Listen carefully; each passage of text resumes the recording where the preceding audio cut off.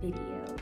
And I am taking your suggestions. From my last video, I asked you what you wanted to see in 2019, and y'all want to see some more DIYs, and that's exactly what we're gonna do today.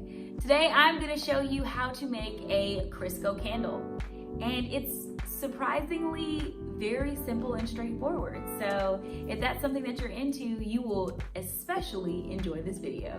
So if you want to see how I make this Crisco candle, just keep watching. And don't forget to like, comment, share, and subscribe, and I'll see y'all next time.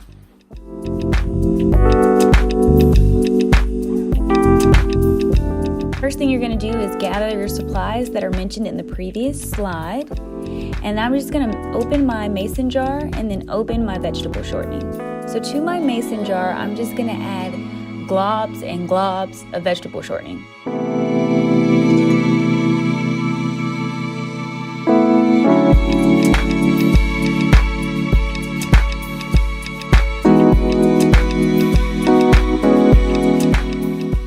And now I'm just gonna do some short intervals in the microwave, about 30 seconds each. So it will take you a little time to get your vegetable shortening melted. So as you can see, we've lost a little volume, so I'm just gonna add a little bit more vegetable shortening before popping it back in the microwave.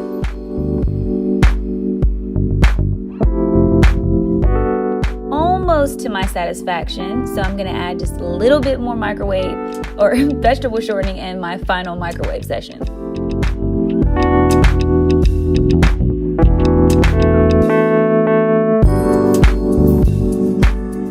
So with my completely liquid mixture, I'm gonna start the coloring process. And this step is optional, but I wanted my candle to be pretty. So I'm shooting for my favorite color, purple, and I want it to be a lighter purple, so I'm adding the pink in there.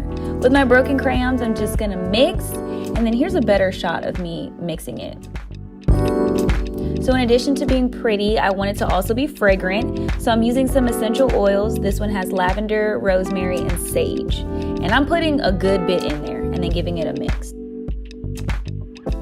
All right, I was impatient, so I added my wick right now. And doing that, I needed to use the help of a marker and some tape. But if you wait till the mixture is almost solidified and then add your wick, you can avoid that step. But that's it, just that simple, and this is what my candle looks like after it's lit.